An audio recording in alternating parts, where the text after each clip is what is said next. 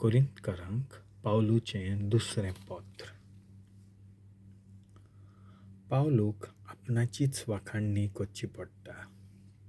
चॅप्टर 11. म्हजें पिशेपण इल्लेंशें तरी सोंसून घेयात म्हूण मागतां. खरें म्हणल्यार तें तुमी सोंसून घेतलां. म्हाका तुमचे पासत प्रेमाशा भोगता ती देवाचीच प्रेमाशा. कित्याक हांवें तुमकां क्रिस्ता कडेन लग्न करून दिल्यांत एक निर्मळ आंकवार व्हंकल कशी ह्या एकाच पोतीच्या हातांत तुमकां घाल्ल्यांत. पूण इवेक जालें तें तुमकांय जायत म्हूण म्हाका भिरांत दिसता. सोरपान आपले नादबुदीन एवेक पातकांत घाल्ली. तशेंच तुमचें मन बिगडोन वचत आनी तुमी क्रिस्ताक अविस्वाशी जाशात, ताची सरळ आनी निर्मळ भोक्ती सोडून दिशात हो म्हजो हुस्को. कित्याक म्हणल्यार कोणूय तुमचेशीं पावले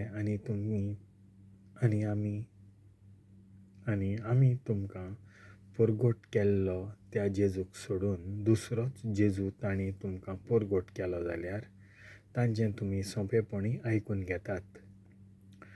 तांचे कडचो एक दुसरोच आत्मो घेवंक तुमी कबूल आसात. आमचे कडसून तुमी घेतला त्या पवित्र आत्म्यांतल्यान वेगळो आनी तशेंच तुमी मानून घेतलां त्या शुभ वर्तमानाखावन वेगळें शुभ वर्तमान तुमी खुशेन मानून घेतात. पूण खरें म्हणल्यार तुमच्या त्या श्रेश्ठ धर्म दुतां परस हांव खंयच्यानूच उणो न्हय. सुंदर भाशेन उलोवपाक हांव हुशार न्हय. खरें पूण जाणवाय म्हाका कमी ना. हें हांवें तुमकां सगल्या वेळार आनी सगळ्यांक उजीर स्पश्ट दाखयलां. देवाचें शुभ वर्तमान तुमकां हांवें फुंक्या परगट केलां आनी तुमकां उखलून धरचे खातीर तुमचे मदें हांव ल्हान खालतो जालो. हातूंत म्हजी कसली चूक आसा? तुमची सेवा करचे खातीर दुसऱ्या पवित्र सोबां कडचो म्हजो दिसपटो गिरास म्हाका मागचो पडलो. तुमचे पासत तांकां हांवें लुटल्यो अशें म्हणूंक म्हज्या मनांत येता. तुमचे मदें आसलो तेन्ना म्हाका पयशांची गरज आसली, पूण तुमचेर हांवें कसलोच भार घालूंक ना. मासेदोनियेंतले आयिल्ले त्या आमच्या भावांनी म्हाका गरज तितलें हाडून दिलें. कशेच भाशेन तुमचेर हो भार घालिना जावंक हांवें सदांच चतराय धरल्या. फुडाराकूय तशेंच करतलों. क्रिस्त सदांच सत उलयलो आनी तसोच हांवूय सत उलोवंक तुमकां सांगतां. आखायेच्या आख्ख्या प्रांतांत कोणाच्यानूच ही म्हजी व्हडवीक काडून घेवंक जावचें ना. आनी हें अशें कित्याक? तुमचो हांव मोग करिना देखून हांव तुमचो मोग कोत्तां म्हूण देव जाणो.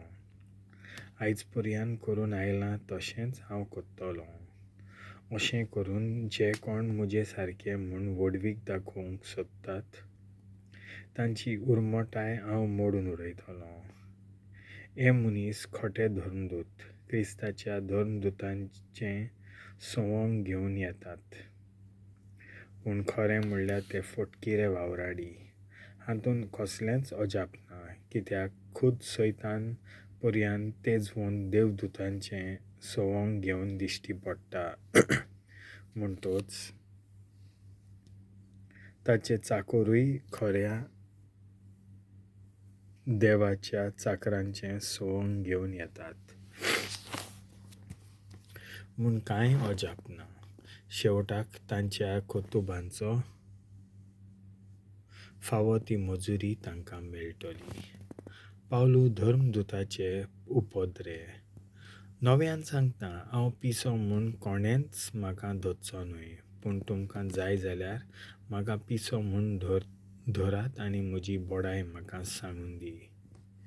हांव म्हजी बोडाय सांगतां जाल्यार सोम्यान म्हाका अशें सांगूंक लायलां म्हूण हांव अशें उलयना, पूण पिसो कसो उलयतां कित्याक म्हजी बोडाय सांगूंक म्हाका निमीत आसा म्हूण म्हजी खात्री. जायत्या जाणांची बोडाय संवसारी वडविकेची, तर म्हाकाय बोडाय दाखोवन दी. तुमी शाणीं मनशां तरी खोशे मनान पिश्यांक सोंसून घेयात. तुमकां गुलामांक कोत्तात, तुमकां लुटतात, तुमचेर पांय धरून आपलो अधिकार चलयतात आनी तुमच्या पोळ्यार लेगून थापटां मारतात. असल्या पिश्यांक तुमी खोशे मनान सोंसून घेयात. हें सगळें सांगूंक म्हाका लज भोगता. आमीच घडये अशक्त जाल्यां काय? कोणूय आपली बोडाय सांगूंक फुडें सरता? तर पिसो कसो उलोवन हांवूय बोडाय सांगूंक फुडें सरतां. ते कोण हिब्रू? तर हांवूय हिब्रू. इस्रायलकार ते? तर हांवूय इस्रायलकार. ते अब्राहमाचे संस्थेंतले? हांवूय तेच संस्थेंतलो. क्रिस्ताचे सेवक ते. म्हजें उलोवप आतां पिश्याचेंच दिसत, पूण हांवूय ताचो सेवक आनी खऱ्यांनीच अदीक श्रेश्ठ सेवक. अदीक कोश्टी जाला म्हजो वावर, पोतून म्हाका बणकणींत घाल्ला. हांवें हिशोब नासलोल्या जेरबोंडांचो मार खेला. पुस्कोळडां म्हाका मरणाचे तडीक पावयला. 5 पावटी जुडेवांच्या हातांतलो 39 जेरबोंडांचो हांवें मार घेतलो. 3 पावटी दांड्यांनी म्हाका बडयलो. 1 पावट म्हाका फातरायलो. 3 पावटी म्हजें तारून फुटलें आनी एकदां एक आख्खी रात आनी आख्खो दीस हांव समंदिराच्या लारांचेर उरलों. गांवांनी भोंवतना खूब संकोश्टांत हांव सांपडलों. कोण ते संकोश्ट? भरोन वतल्या नदींचे संकोश्ट, चोरां लुटण्यारांचे संकोश्ट, म्हजे पोरजेच्या हातांतले संकोश्ट, विदेशी लोकांचे संकोश्ट, शारां नोगरांनी आनी रानांनी संकोश्ट, दर्यांत संकोट आनी त्या भायर खरी न्हंय आसलोल्या आमच्या भावां भयणी थावन येताले ते संकोश्ट. हात पांय धाडावन आनी घांस घेवन हांवें वावर केला. जायत्यो राती हांवें फोडल्यात. भूक आनी तान हांवें काडल्यात. गरज तो आसरो आनी नेसण म्हाका ना जाल्यांत. हेर सगळें सोडून दर दिसा म्हज्या माथ्यार चडोन येता तो भार सगळ्या पवित्र सोबांची हुस्क्या भरीत काळजी. अशक्त आसात कोण? तर तांचे बरोबर हांवूय अशक्त. मांडलोल्या फासांत पडल्यांत कोण? म्हाका केदो म्हूण काणटालो भोगता. हांवें बोडाय सांगची आसा तर हांव सारकोच अशक्त म्हूण दाखयतात त्या वस्तूं विशीं बोडाय सांगतलों. देव सोम्या जेजूचो बाप हांव फोट सांगिना म्हूण बरो जाणो. ताचें नांव व्हड जावं. हांव दामास्कांत आसतना म्हाका धरचे खातीर आरेतास राजाच्या राजपालान शार राखणदार दवरलोले, पूण कोटाचे वोंवतीक आसलोल्या एका जनेलांतल्यान म्हाका एका पांट्यांत घालून देंवयलो आनी असो हांव ताच्या हातांतलो सुटलों. देवाचें उतर हें.